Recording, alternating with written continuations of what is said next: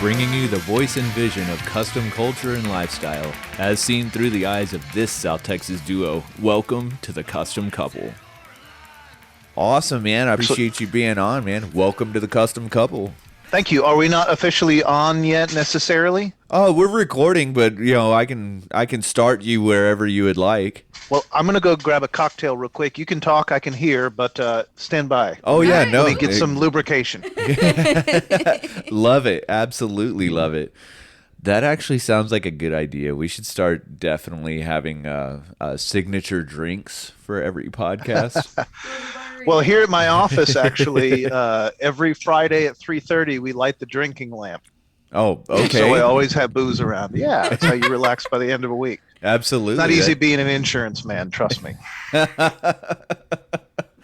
Absolutely. That sounds amazing, actually. I think we'll start doing some podcast interviews on Fridays. Well, we already do some on Thursdays, so that's close enough. At work they call it Little Friday. Little Friday, yeah. Friday. We call Eve. it the drinking lamp. I was in the Navy, and you could only smoke when the smoking lamp was lit. So we started lighting the drinking lamp shortly after we began the business, and here we are. Nice. There you go. How many years in the Navy? 4 years in the Navy. 4? Yep. I was a cook. I lived in Japan for 4 years, and it was a great time. Oh, that's awesome. Yeah, I was enrolled in college.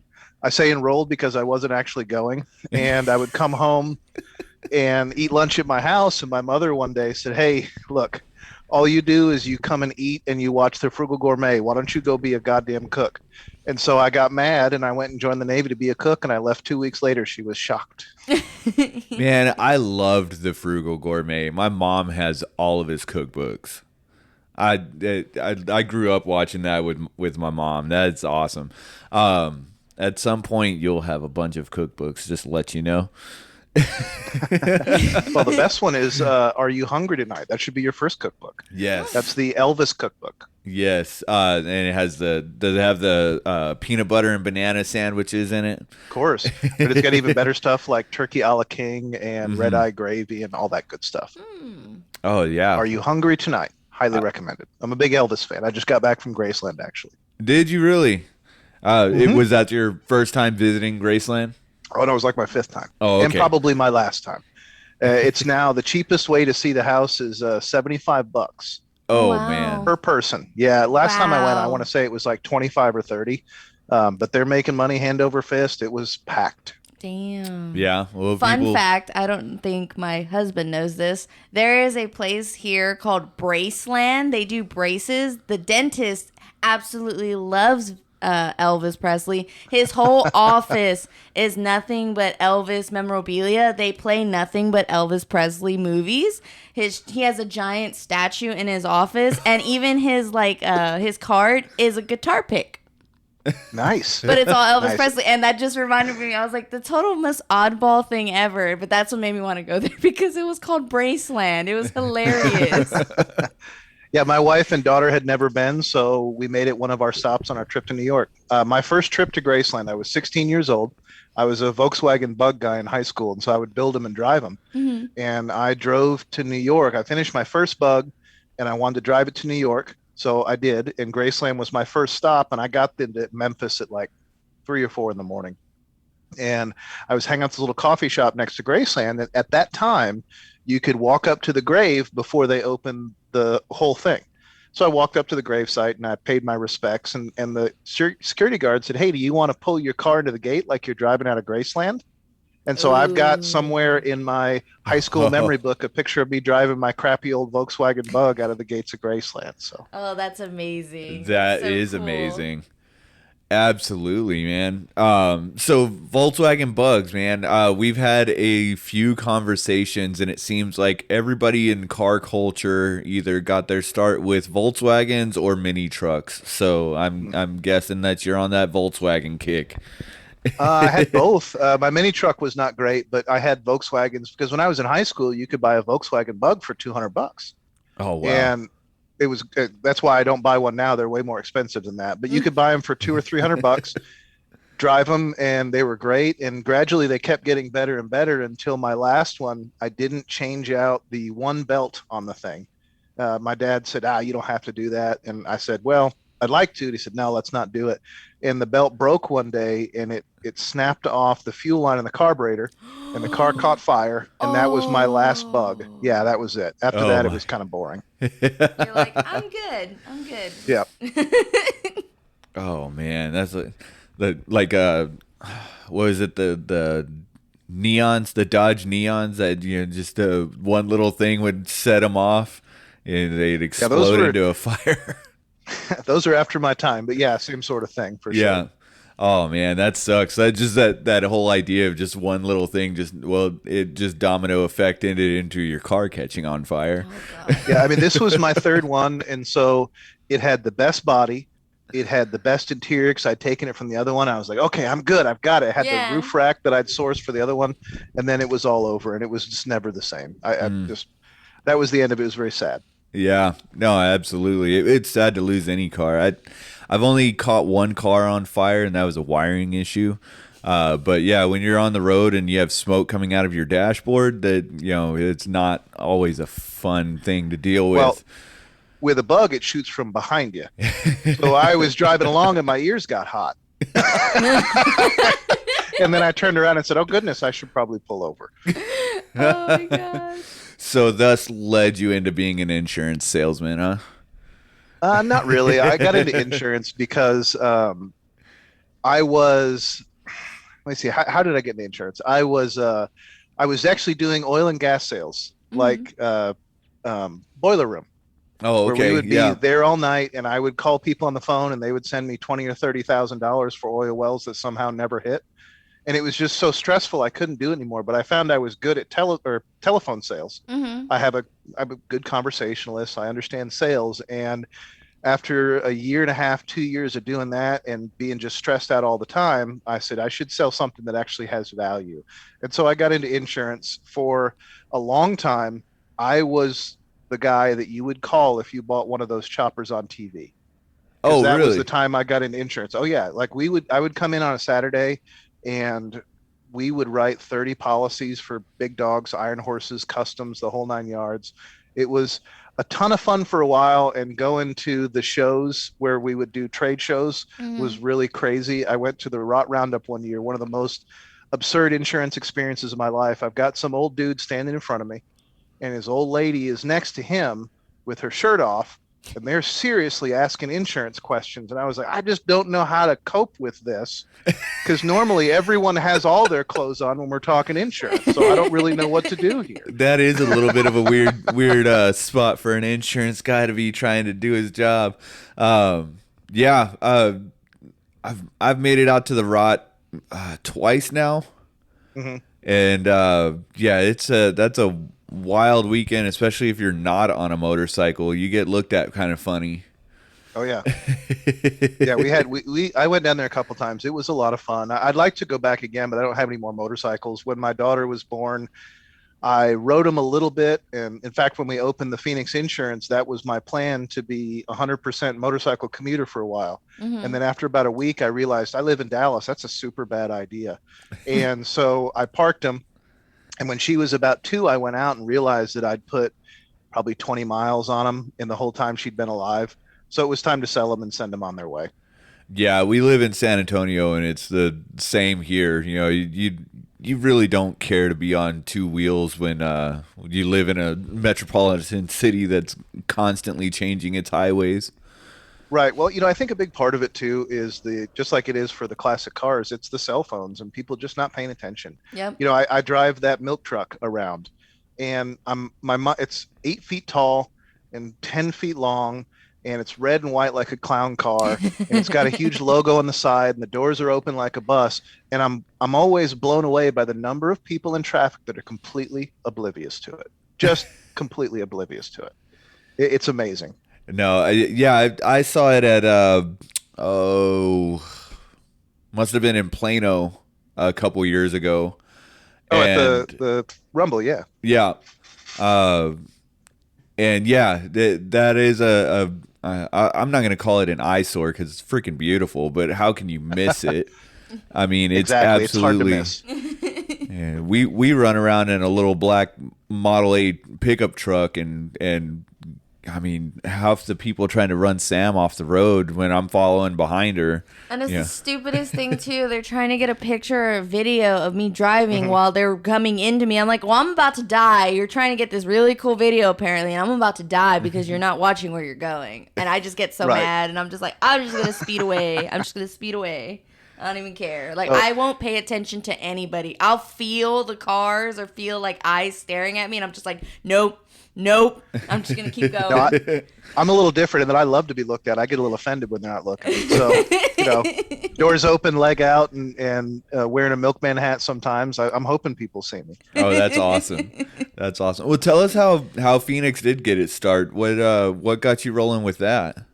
Well, as I said, we did a lot of motorcycle stuff for a really long time, and it was good business and it was fun. But mostly, I worked for a terrible human being. There's no other way to say it. He was just not a good guy, and that was really what kind of got us to. My brother is my partner, by the way, so that's what kind of got us to leave. We worked together, and I worked for this guy, and gradually motorcycles started to die out. I'm sure that you've noticed there's not as many shows about bikes on Yeah. TV as there used to be. And so really Right. the business kind of dried up. And one of the things that we had kind of come across is that a lot of guys who have bikes, whether they're a $5,000 bike or a $40,000 bike, are just as likely to park them in the living room of their trailer as they are a house. So not great insurance risks altogether, whereas people with hot rods generally have homes, they have regular cars, they have all the other things. And so Aaron and I decided to leave the motorcycle world, start our own thing, and got into hot rods and now exotics and stuff like that. Yeah. So it was a lot more fun. Plus, I don't have to put my feet down on a road trip, so that's easy. Absolutely. I mean, you just mentioned exotics. What's probably the most exotic thing that you're insuring right now? Oh man, I have big collections and I do lots of Porsche insurance, Lamborghinis, all that sort of stuff. Oh, okay. Wow. We started with hot rods because I like old cars, and then we kind of fell in with a group of guys that had highly tuned exotics, where they rent a runway and they go take their Lamborghinis and they get them twin turbo and then they race them. Nice. And so those are the first exotics we started working with. And then I like Porsches, so we work a lot with Porsche people. The most exotic thing I insure is probably a 35-foot pirate ship built on a Winnebago chassis. But I don't think that would fall under my God. exotic, the exotic label, right? That's So amazing. Yeah, I like challenges, and when I met that guy, that's actually his bigger pirate ship. He has two. The other one's a 20-foot pirate ship. So, and I met that guy at the Good Guys this spring, and I told him, I want to insure this. Do you have it insured? And he said, no, I can't find anybody to do it. So it probably took us 2 months to find the right company that was willing to entertain it. And we got it insured for him, I think for a little over $500,000. Wow. Yeah. So it's, I like challenges. When I was in the old agency, I actually had a guy approach me because he wanted to insure a strip club. I've never insured a strip club before. In fact, commercial insurance is probably my least favorite thing to do, but I accepted the challenge, got it insured, and I've way outlasted the strip club. Now I think I just have the insurance on the parking lot anymore. But yes, I did it and it was a lot of fun. Challenges are what I'm into. That's absolutely awesome. I want to know how you register a pirate ship. Well, you said it's on a Winnebago chassis. It's a Winnebago, yeah. So yeah, it's a Winnebago with a diesel pusher. So it's actually, I think, registered as like an 85 Winnebago. And it's So a guy in the has two shape pirate of ships, approximately $750,000 worth of driving pirate ships. Oh my He lives in a God. house worth $200,000. Priorities, exactly where they need to be. Yeah, I would say so. I would say he's doing very well, especially in Dallas and metropolitan car situations, highways in the middle of the traffic. You always want to pull a cannon out on somebody at some point. Well, he does have cannon portholes on the side of things, but they're giant speakers. And when I asked him, what do you do with it? Because I figured it was a commercial thing. You don't build a pirate ship for personal use, right? Yeah. Well, he did. And when he told me what he uses it for, I had to laugh so hard. I said, what do you do? He goes, my buddies will load up a bunch of beer and we'll try to find some girls and just cruise around the neighborhood pumping music. And that's what he does. Oh my It's God. it's such a, and even better, his name is Buck. And so I can't imagine a better name for someone to own a pirate ship than Buck. Yeah, Buccaneer. I love it. I'm gonna have to go to a Good Guys show now. I've never been. I'm gonna have to go and see if I can score seeing a pirate ship at a car show. Well, I'm trying to get him. I have a garage where I store my cars out here in Dallas, and we do an event there every month. And I'm trying to get him to bring it out. If he comes out, I'll give you some notice, and you can come up and see it. Oh yeah, we definitely be going down to that. So, Justin, tell us, your. I know you've got the milk truck. Tell us a little bit about it and any other cars that you've got in your personal collection. Well, the milk truck is the only one that applies to you guys, right? That's Sure. the hot rod. So it's actually a 1955 Divco milk truck that stands for Detroit Industrial Vehicle Company, and it is. I took the body off and put it on a 1994 Ford Lightning chassis and drivetrain. So it's way faster than it needs to be, and I drive it a lot. In fact, I drive it a lot and break it and then get it fixed. And so right now it's actually at Iron Horse Classics here in Wiley. It had a little leak and I took it in and the guy said, well, everything leaks, so we should really work on it. So it's now in a complete state of disassembly motor-wise. Hopefully I'll have it back in the next couple of weeks. Yeah. Nice. What you said 94 Ford Lightning, so Yep. would that be a small block Ford V8 It's a of some sort? 351 Windsor. 351 Windsor. Yeah, that's what I was thinking it should be. Man, yeah, I bet that thing goes a little faster than it did in 55. Yeah, well, they were designed to go about 40. They came originally with a 4-cylinder or a 6-cylinder, depending on what year it was. Mine probably had a Ford in it originally. I bought it without it. But yeah, they were stand-in drives. Mine no longer is a stand-in drive. But I got to tell you, I've had lots of old ladies crying in the passenger seat because Really? their dad drove one. Wow. And they rode along on the route. So I've taken it to California car shows. I take it to Colorado car shows, and I drive it everywhere it goes. And I love that the most. Kids love it.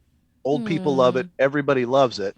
And it's great to have those old, I don't say it's great to have the old ladies crying, but it's really great to get those stories, you know. Oh, of course. Yeah. And in owning it, there's still enough guys around that actually own them that can tell me stories. So I've met one pie man because they were pie trucks. I've met a couple milkmen, and they tell me the stories. And one of the funniest stories I've ever heard about the Divcos is that if you had a whole fleet of them in the milk shop, whatever, in the dairy, they would fight over who got the newest one.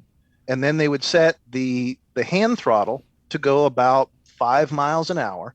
And they would just let it creep, because remember, 1950s, no cars parked on the street. So let it creep along the street in the morning, and they would just run back and forth doing their deliveries and just adjust the steering, because the new ones would be fairly tight and just creep along in a straight line. Yeah. So- That steering and suspension is still brand new. They haven't messed it all up with the Exactly. potholes yet. Right.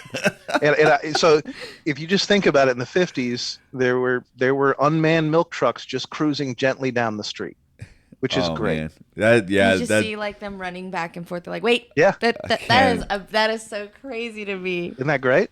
Yeah, and it's been a great car for meeting people. I love meeting people. I love talking to people and hearing the stories. It's one of the most fun parts about the hot rod hobby, and it's really fascinating to meet the people. In fact, I was driving back from Colorado in it one time, and I stopped in Childress, Texas, to have a sandwich, and this old guy was in the little cafe, and he said, "Hey man, can you come back to my diesel shop and let me take some pictures? I used to drive one of these." I said, "Sure." So I go back to his shop and he's taking pictures and we're chatting. He goes, "Do you want to see my collection?" And we're in Childress. There's nothing here. Was it even Childress? Doesn't matter. Little town, right? Nothing here. We hop in his little golf cart, and we drive up a hill. Takes me to this big empty building, or big metal building, full of cars. He probably had 30 cars in there. Oh my God. Oh, wow. And of course, being the insurance guy, I was like, "Hey, who does your insurance on them?" And he goes, "Nobody. It'll be fine." I said, have you heard of tornadoes? Yeah. He's a client now. So, but Oh I mean, man. it's been great. It starts the conversations and it's a lot of fun. So that's my hot rod. On my daily driver, I drive a little Jaguar convertible, Jaguar XK8. My Porsche, I've got a 2011 911 GTS, which is crazy fast and a lot of fun. I I've bet. got a 2005 Cayenne that I've lifted, put a rack and lights on it, tire on top, and wrapped it like a safari car. And so it's got Nice. letters and logos and numbers and the whole thing all over it. It's a lot of fun too. And it's actually got straight pipes and it's chipped and tuned. So it's probably the loudest car I own. It's ridiculous. I bet it gets a lot of looks being a lifted Cayenne. Oh yeah, it's it's not better than the Divco, but I think it's kind of on the same plane because it's so different right now. They do a lot of that in Europe, and because there's no Jeeps over there, right? Yeah. There's Cayennes and old Volkswagens, so they do a lot of these, and that's where I figured out kind of how to do it from. So, Yeah. and I wanted to build another hot rod, but I didn't want to invest as much money as I put in the Divco. So I thought the Cayenne was a nice in between thing. Yeah, definitely. And of course, all of it's just getting eyes on it and being able to advertise for you, and Yeah. that's really Except cool. except the Jaguar, that's my only anonymous car. That one I'm a real miscreant in. Trust me. That one you can throw the bird in, right? Well, yes. So I actually the other day, my father just brought me a helmet because he used to ride bikes as well, and he sold his last Triumph, and he brought me a British flag helmet, and he brought it to my garage, and he gave it to me, and so I actually wore it home in the Jag with the top down, and when I drive down the tollway, I'm very, very fast. And I had plenty of, I think I ended up on a couple people's Instagrams from the nut with the helmet in his car because I was absolutely driving it like a race car. Oh, that's awesome. That's one thing I'm glad San Antonio has not gone to yet is toll roads. Although when we've come up to Dallas, my folks live east of Dallas, so we make trips up there pretty often. And there's some days where we'll hit those toll roads and it'll be great, and there's some days that it's just not great at all. Yeah, I mean, for sure, traffic around Dallas is not what it once was, and it's terrible. I'm happy about the people who are moving here because they all need insurance, right? But Of course. it really it clogs up the roads, and people coming from different states, they don't know how it works here. Every time you Yeah. drive to a different state, we're all the same humans, but for some reason we get possessive in a weird way about our own roads. And so when you come here, I could tell you in Kansas City, they don't like to let you on the highway. Well, I kind of have a guess when someone doesn't want to let me on the entrance ramp that they're from Kansas City. And so, so I like always the know. imports, but it really traffic sucks. Where it used to, when we opened 11 years ago, it would take me, 20 minutes to get to work. It takes me 30, 45 minutes now sometimes. Oh wow. Yeah. Yeah, it used to take me about an hour and a half to get home from work, but now I've moved about 15 minutes, away from work now, so I'm not driving as far. So Not bad. Sam gets to drive far though. I drive 30 to 40 minutes. I get it. I listen to a lot of audiobooks, Yeah, no. I'm just there's certain sides of town that I prefer to work on, and the side of town that I prefer to work on is just, higher clientele. They're very nice. They're a lot nicer, and they just, I don't know, they're easier to talk to, so I prefer to talk with them, and the pay's just better. I don't know how the pay's better when it's all the same job everywhere else, but the pay's better. So I'm like, I'll make the trip. I don't care. You got to follow the money. That's why I do exotic cars and hot rods, right? There you go. There you go. Yeah, you had said that you listen to audiobooks. I sent you a recommendation on your post the other day. Oh, I don't know if I noticed it, but yeah, I'll check. I listen to a lot of audiobooks. I listen to a lot of podcasts too. Obviously, I knew you guys. I've actually bought you a drink before, Matt. I told you that, but I knew of you guys, and I listen to lots of podcasts too. In fact, my favorite podcast right now, I'll put it out there, aside from the Custom Couple, Of is course. one called The Dollop. I'm a big history buff, and there's these two comedians that do this podcast where one tells this story of history and then the other one comments on it. And there is so much absurdity to history in general. It's one of the funniest podcasts I've ever heard. It's great. I will have to go The check Dollop. that out because I love stuff like that. We watch Drunk History all the time. It's not quite like that, but it's very funny take on history. Yeah, no, Just really good. I love that. I grew up thinking I was gonna be a history teacher at one point. Just always loved it, and then of course having a grandfather that was in World War II that loved telling all of his stories. I always thought that was gonna be my path. So I will definitely go look up that podcast because I'll sit there and listen to it at work for sure. Yeah, You should work at work. Some days. Today was not one of them. Very good. So yeah, I reached out to you guys because them gave me a shout out last week, and I really appreciated that. In fact, I think they didn't mention it because we haven't really come to an understanding of what it looks like. But I think we're going to host the pre-party at our garage. Nice. I built my garage. My garage is it's built out kind of like a cross between an old school malt shop and a dive bar.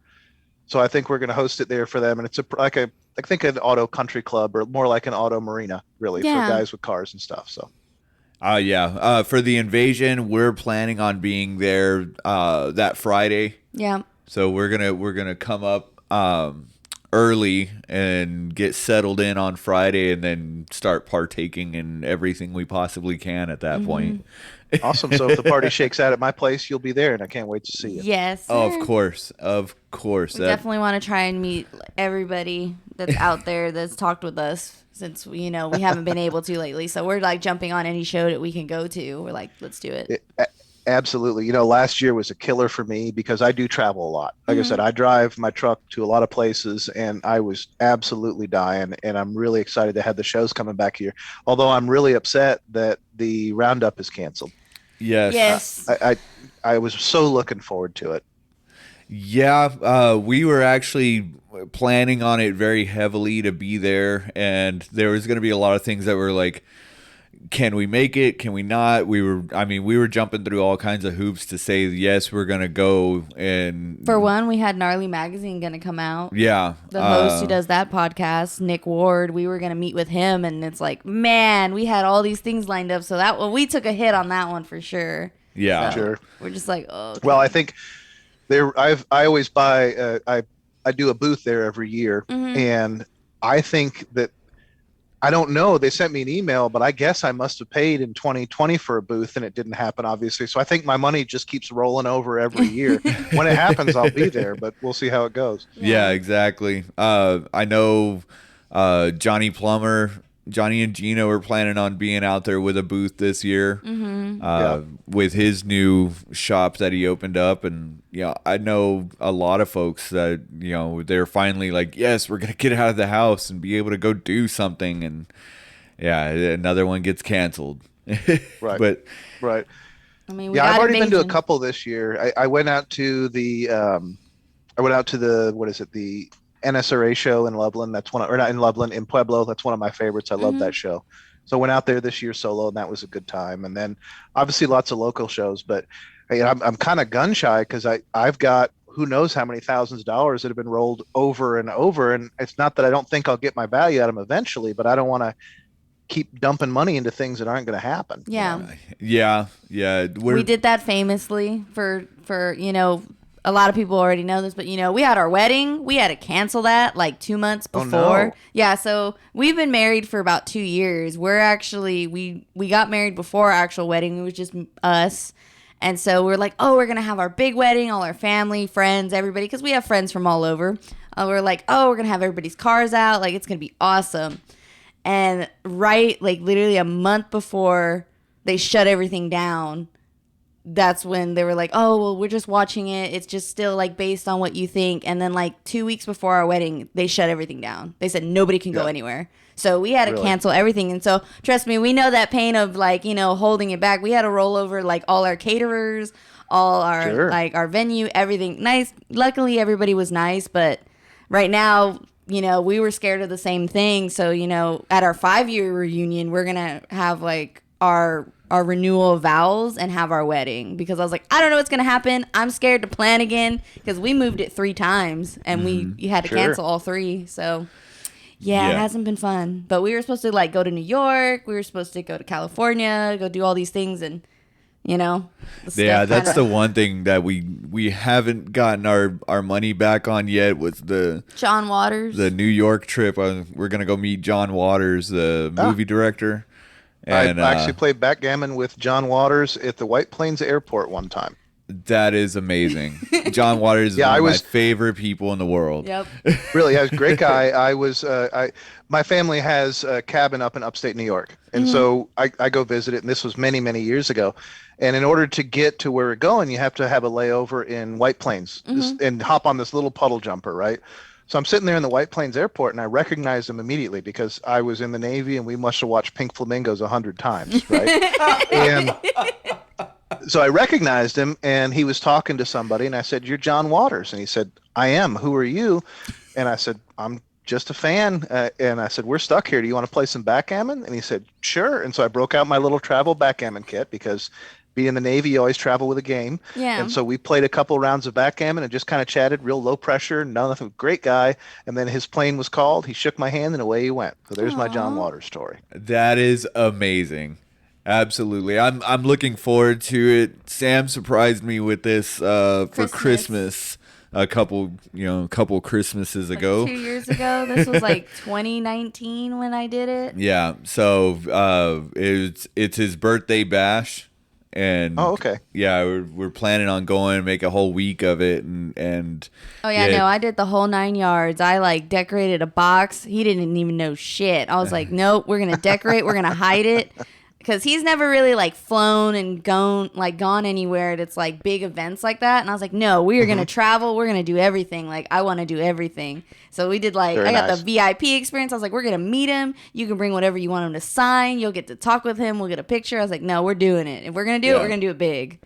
Yeah, that's Very the nice. only thing that we've like held out on. We're not refunding the tickets yet. Sure. And they keep rolling it to the following year. So 2022, fingers crossed. Until the Lambda variant comes out. Oh, I know, right? So we were actually, my family and I were in Disneyland in California when we were there the last day it was open. And then they shut it down. It was one of the worst weeks in Disneyland, I think, ever because my daughter was busy teening a lot. She wasn't interested, and it was rainy all week. And then we left, and I came back, and allergies, who knows? I was just sick as a dog, and there's all the word of the COVID. So my brother made me stay home, and we basically had to go from 12 people in the office to completely remote in 5 days. And we accomplished it, and we didn't lose anybody, and we really thrived through it, I think. So it was a real challenge, but the whole time I'm just sick as a dog, and I'm really not much help, and it was just a wild year. And then I spent the next 6 months working out of my hot tub, basically. I mean, shit, it can be that tough sometimes, right? Absolutely. Well, is there any folks that you'd like to give some shout outs to? Some folks that got you along, through life that you'd like to show some appreciation for? Everybody that's ever met me, really, everyone lifts me up a little bit, and so that's always nice. I don't know that I would shout out anybody particularly. Jenna and Johnny, you know them, and they've been good friends and big supporters for quite some time. And I'm a member of the Zombies, so I'll shout out the Drag Strip Zombies and all that sort of thing. I'm trying to figure out a way to zip into Vegas for the big Viva show this year. Mm-hmm. Yeah, we've got been so much invited. going on in September. Yeah, no, there's a lot of stuff. That's why that was one that we were trying to as well, but I was like, it's just not going to work. I don't want to jam something in last minute, and then it's like not as prepared as the other shows are. So I was like, we'll wait on that one. I've got one of the Zombies is in Pueblo, and frankly, I've seen Micah in Pueblo more often than I've seen some of the Dallas Zombies because I spend so much time in Colorado, and he's invited me to come stay with him, and I've just got to figure out how I can fly in and out quickly enough to make it work. Because I think I've got like 3 things going on that weekend. Oh wow! Wow. I got to tell you that hot rod people are my favorites, just because. Well, I don't say everybody, but most people are so friendly, and we're all kind of in the same boat. We deal with these shitty old cars, and we got to laugh at all the terrible things that happen. Yep. But I love hanging out with them. I regret that I couldn't hook up with a couple of the guys when I was in Vegas for a different thing earlier this year, but I didn't have time to do it. But it's so great. Micah, who I've really only met online before. He's invited me to stay at his house. We've hung out every time I go to Pueblo. We hook up and hang out. And so it's just really great, kind of the instant connection you have because you're hot rod people. Yeah. Yep. Yeah, we've known that one for sure through a lot of the traveling that we've done. When I would go up for the car shows, I've had so many people like, yeah, hey, if you need an extra room, you can stay with us. We've got a couch, we've got you can park in our driveway, whatever you need, we got you. And it's always like this amazing feeling when it comes to how car people are with each other. There's Right. like that camaraderie. I'll tell you a great story. We're driving back from Loveland, Colorado, from the Good Guys show. We're in the Divco, and on the way out, we'd had some transmission trouble. So we stopped in nowhere and got it. I think Salina, Kansas, actually, and got it fixed. And then we made it on our way to Loveland. And driving back, my brother, he used to let his wife put deadlines on him, like, you got to pick up the kids on Monday. And I'm like, look, we're in a fucking hot rod. So let's not do that. All right. And so, we're driving back, and the early part of the morning is spent in a rainstorm, and he's driving as fast as he can. And obviously there's no defroster. We've just got big slabs of flat glass. And so I'm crouched next to him with a rag, just rubbing a hole in the windshield so he can see. Yeah. And we're booking. And in fact, the Divco, if you remember, has a big doghouse that covers the motor inside the cab. Yeah. And there's so much water, it's blowing bubbles out of the side of the doghouse. It's crazy, crazy water. And he is just hammering. I mean, we're booking through the rain, and it's miserable. And then the sun comes out and it's clear. And so he just hammers it down, and we're driving and we're going fast because nobody pulls over a milk truck. Come on. I'll tell you that story in a second too. But so we're hammering through Oklahoma, and we get to Ardmore, and suddenly I feel something hot in my legs, and it's transmission fluid that's coming up from inside the cab into the truck. And I was like, pull over, this is not good. And then there's just more and more smoke coming out of the shifter. Oh no. So he pulls off. We're in Ardmore, Oklahoma, and there's nothing at this exit. We pull in, it's an auction house and a convenience store. So we pull into the convenience store, look under the truck, and it is on fire. So he runs in the convenience store, grabs the fire extinguisher, and puts out the fire. And so we're like, oh God, what are we going to do? We're an hour plus from Dallas. How are we going to get a tow truck? I don't even know where we are. We're going to have to sleep in this convenience store and eat their fried chicken, and it's just not good. and this guy comes out of the store and goes, how much does this thing weigh? And I happen to know because we'd actually just stopped on a scale, and I said, hey, it's 4,000 pounds. And he goes, okay. And he hops in his truck and drives away. And I was like, well, okay, you're welcome for the trivia, and have a good day. And he comes back in about 30 minutes with his truck and a flatbed, and he proceeds to crawl into our truck, unbolt the drive shaft, and then we use a come along to get on the truck. And he starts driving us back to Dallas. And we go, hey man, what do you need? He goes, yeah, just buy me dinner. Wow. And Wow. and that guy has been a friend since then. In fact, I was on a rally in my 944 a couple of years later in Oklahoma, and the clutch went out on it, and I coasted down the mountain, parking again, nowhere, Oklahoma, and I called Teddy, the guy who had towed the truck for me, and I said, hey man, what are you doing tomorrow? Because if I had to hazard a guess, I'm pulling one of your shit boxes back to Dallas. So those are the kind of people we've met with these cars, and it's just great. It's so much fun. I love hot rod guys and car guys, just not hot rod guys, but car guys in general. It's a lot of fun. Yes, absolutely. That's what I was gonna say. Car people in general, like it always seems like there is an appreciation for each genre. It doesn't matter what kind of cars you're into. If you're into cars, like it seems like there's like unspoken connections between people that understand that. And like, yeah, I mean, I've met people, and on the day that I met them, they were, I'd break down and they'd be like, hold on, I got you. And I had a guy, I met him at Roundup, and driving home from Roundup, I broke down, and somebody else told me, hey, well, why don't you give him a call? You got his number. And I was like, well, I just met this guy. He's like, well, he's got a trailer. He might help you out. And sure enough, I called him. He was already at home in bed with, and watching TV. He got out of his bed and came and picked me up on the, and on the side of I-35 and drove me all the way back to San Antonio. Yeah, it's just incredible the just the camaraderie and the real community that's here. It's one of the reasons I love doing what I do, because I have a skill. I'm no mechanic. I will not say that I am, ever. I've worked on plenty of bugs. If you got a bug, I can probably hook it up. But beyond that, I'd rather pay for it, right? But what I do is understand risk and transfer and insurance and all those things. And I love to share that with people who want to work with me. And hot rod guys are some of the best, because really there's more to it than what does it cost, you know?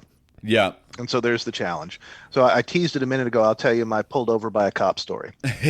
Yes, so, absolutely. Once again, this time I think we're heading back from Pueblo. And if you've ever been to eastern Colorado, it's nothing, just grasslands. There's really nothing there. And we're heading back, and it's early in the morning. And once again, I'm sure my brother had a deadline, so he was booking, right? And it's early in the morning, and we're driving that truck, and it's just an open box with a motor, and we do have stereo in it. And so it's loud. And when you drive it with the doors open, because it's too hot otherwise. You just can't do it. So we throw the doors open. So it's windy and it's loud. And obviously I like my music, so we're playing it loud. And we're driving on this 2-lane road, and we pull into Hugo, Colorado, where the road splits into 4 lanes. And this policeman pulls up next to us, and he's gesturing at me, and I thought he was doing the whole Dumb and Dumber thing, and I was like, "Hey, thanks. Yeah, it is a cool car." And he rolls his window down and screams, "Pull over!" And so we pull over in the park, and he gets out of his car with his hand on his gun, and the first words he says are, "Why are you running?" And we go, "Well, we weren't running. We were just driving." And apparently we had been involved in a high-speed car chase for about 15 minutes and had no idea. Oh.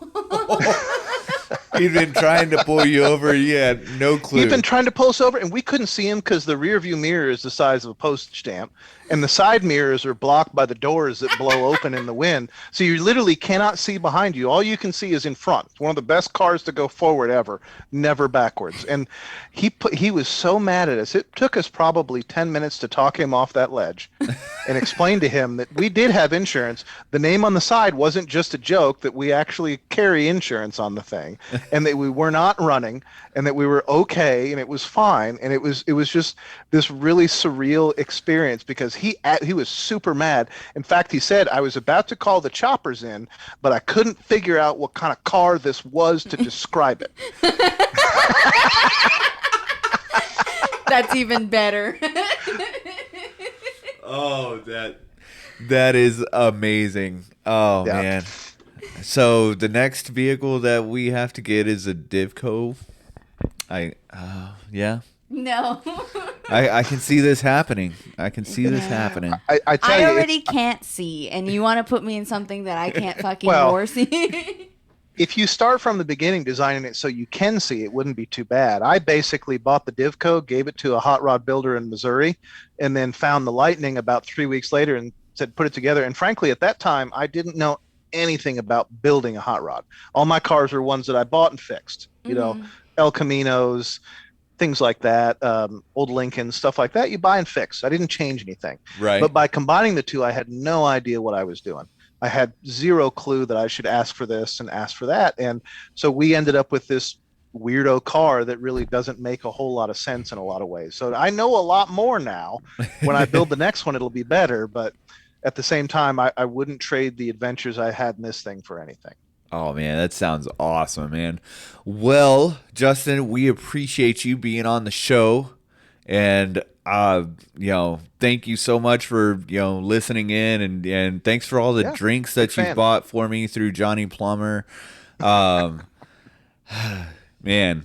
And then one more thing. I didn't realize that you were a drag strip zombie, and I have to give y'all a shout out, as I have with a couple of your guys that have been on the show, because your car club has been an amazing support for everything that we're doing. All over. We've been getting drag strip zombies that we've been meeting, and it's amazing, honestly, because, They're great guys. Oh, yeah. Yeah. I've been in biker clubs, and I've been in plenty of other car groups, and really the zombies are it's a lot of fun. Like I said, Micah in Colorado, been a great friend just because we happen to wear the same t-shirt. Yeah. Oh, that's awesome, man. Because we just had Stephen Boggs out of Arizona, Arizona. and Cody out of Salt Lake City. And then, of course, Johnny's a sponsor. Both of the Johnnies are sponsors. So Johnny King up in New Jersey as And well. Johnny Chop. Yeah. So I mean, y'all have been amazing support for everything that we're doing. So we, from the bottom of our hearts, thank y'all so much. Certainly, and we talked about it beforehand. I think I'm going to go ahead and sponsor your show as well. We'll talk about that in the future. But I enjoy what you're doing. Keep it up. Absolutely. I can't wait to see you guys in Dallas. Oh yes, that's coming Absolutely. up. That's coming up soon. We're totally excited. So we will definitely see you at the Invasion, October 23rd, and we're definitely looking forward to that whole weekend. Excellent. If you let me, I'll do a plug.